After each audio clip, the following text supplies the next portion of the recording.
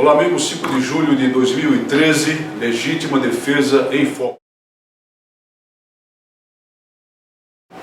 Senhoras e senhores, continua em pauta a crise política do país e ficou afastado momentaneamente, felizmente, devido às resistências verificadas no âmbito social, o tal do plebiscito, a tal da constituinte parcial, cujo objetivo era, como eu tenho dito aqui, como tantos analistas independentes têm dito também, propiciar, aproveitando a crise política e revertendo os danos da crise política, uma verdadeira revolução bolivariana no país.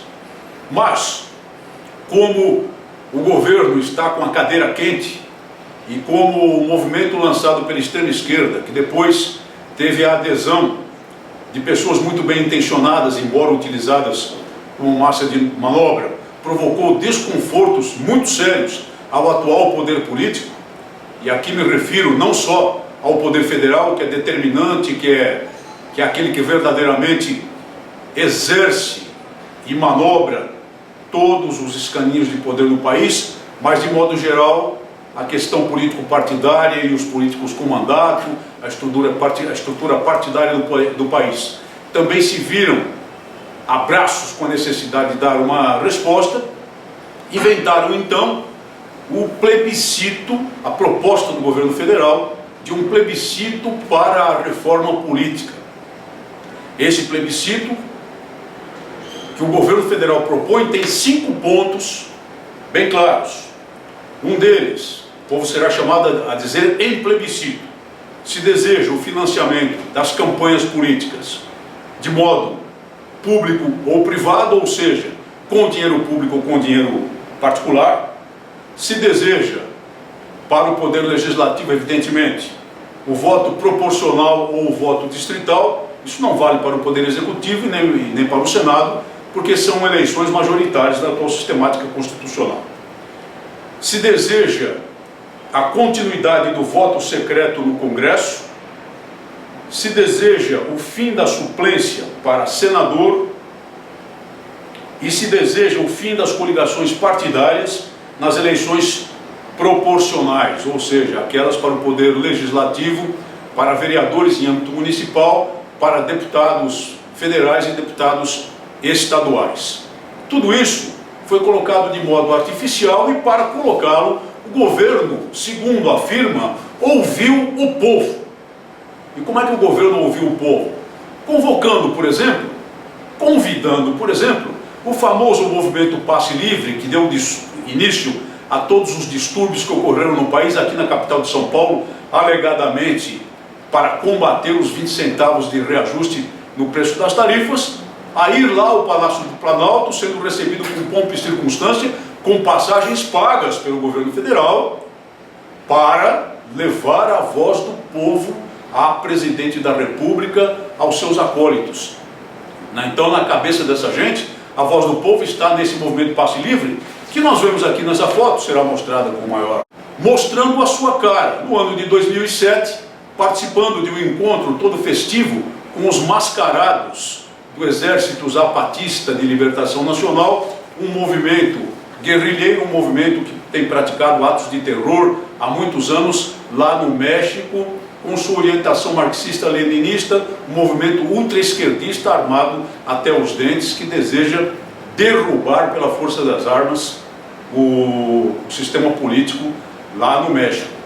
Essa moça que aparece aqui é uma das carinhas carimbadas do MPL que participaram e deram início aos distúrbios de rua. E daqui a pouco, quem sabe, será mais uma Lindbergh Farias, né? Quem sabe daqui a pouco será mais uma senadora aos 30 anos de idade para atuar no Congresso Nacional, evidentemente com todas as benesses do cargo aí, não é? Porque depois que chegam ao poder, gostam muito do poder e das suas benesses, mas em prol das suas causas. E ao ouvir essa gente desse tipo, diz o governo federal que os anseios do povo na rua estavam relacionados com esses 5 pontos. Vamos pensar um pouquinho. Financiamento público ou privado de campanhas eleitorais. Isso vai ser um modo, na verdade, do poder político tentar convencê-lo de que o financiamento deve ser público, ou seja, o dinheiro dos impostos e talvez e provavelmente, muito provavelmente, mais impostos seus para financiar as campanhas eleitorais, afastando o financiamento privado, que nunca deveria ser afastado, pelo menos em termos das contribuições individuais das pessoas, porque é natural que as pessoas participem do processo político apoiando financeiramente os seus candidatos. A questão do financiamento por pessoas jurídicas jamais será afastada se for aprovada a campanha eleitoral por uma razão muito simples, que o processo corrupto continua no Caixa 2. Lembre-se do mensalão, quando os alegados, os facínoras hoje condenados, muitos deles mantendo mandatos ainda na Câmara Federal, alegaram que não eram crimes de concussão nem de corrupção, era apenas Caixa 2 eleitoral, apenas Caixa 2 eleitoral, como se fosse legal, lícito, como se fosse desejável politicamente para o país manter Caixa 2 eleitoral. O Caixa 2 não acaba, porque esse ponto, seja lá qual for a opinião popular, não tem o condão de atuar diretamente contra a corrupção, que é um problema crucial. Voto proporcional distrital, perceberam por acaso nos movimentos populares, vamos abstrair por hora a violência deles, mas perceberam alguém a falar sobre voto proporcional ou distrital? Isso é algo que está em debate há muito tempo no Congresso. E de fato, mais cedo ou mais tarde, os políticos precisam tomar uma decisão e quem sabe colocá-la sob o referendo popular, mas isso não é caso verdadeiramente de plebiscito. Voto secreto no Congresso, esse é o ponto mais interessante dessas propostas.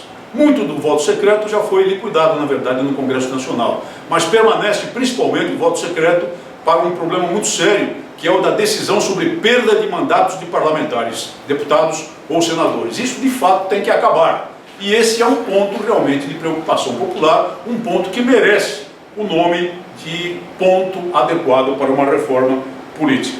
O fim da suplência para senador, isso é um escárnio que há muito tempo atirado no seio da vida política do Brasil, mas não é só a suplência para senador, não. Está relacionado também com os cargos de vice-governadores, vice-presidentes em que ninguém vota. Você não vota para vice-presidente, você vota no presidente da República. Você não vota para vice-governador, você vota no governador, para governador do estado. Você não vota para vice-prefeito, você vota no candidato a prefeito. E, no entanto, acontecendo infaustos, como de vez em quando acontecem, tem-se lá uma pessoa completamente desconhecida, na verdade, um apaniguado do candidato principal, que pode chegar ao poder sem um voto sequer. Mas esse ponto também não foi colocado em momento nenhum nas ruas. E quanto ao fim das coligações partidárias, as pessoas não estão nem preocupadas com isso. Agora, o que é importante mesmo, e que não está nesse projeto, é, primeiro, a possibilidade dos cidadãos participarem diretamente como candidatos a cargos eletivos sem ter que se atrelar aos partidos políticos. Alguém propôs isso? Você, por exemplo, que luta pela legítima defesa, que luta pela sacralidade da vida desde a fecundação, que está preocupado com os problemas da segurança pública, deveria ter o direito de se organizar numa eleição sem constituir partido político, mas se associando com outras pessoas para participar apenas daquela eleição, sem custo público algum, sem meter a mão no fundo partidário e, consequentemente, sem se meter nos esquemas de corrupção propiciados com o dinheiro público, para disputar cadeiras na Câmara dos Deputados, na Assembleia Legislativa e em qualquer cargo político, a fim de defender as suas teses. Mas você não tem esse direito porque você tem que ficar atrelado a um partido político e, consequentemente, aos figurões, aos mandatários desses partidos políticos. Mas isso não está na reforma. Um outro ponto, a possibilidade do povo ir às urnas para exigir a perda do mandato daquele que foi eleito pelo mesmo povo, mas que não atuou adequadamente, corretamente, de modo probo ou de modo competentemente político, de acordo com os anseios daquele povo. O chamado recall, que é um instrumento, que é uma instituição vigente em vários países. Alguém falou disso? Claro que não falou, porque não interessa. Não quer o poder político colocar em perigo a si mesmo nessa reforma. Tudo isso não passa de uma farsa para esfriar a cadeira do poder. Fique atento e acompanhe as próximas jogadas, e nós estaremos aqui a debater esse assunto permanentemente.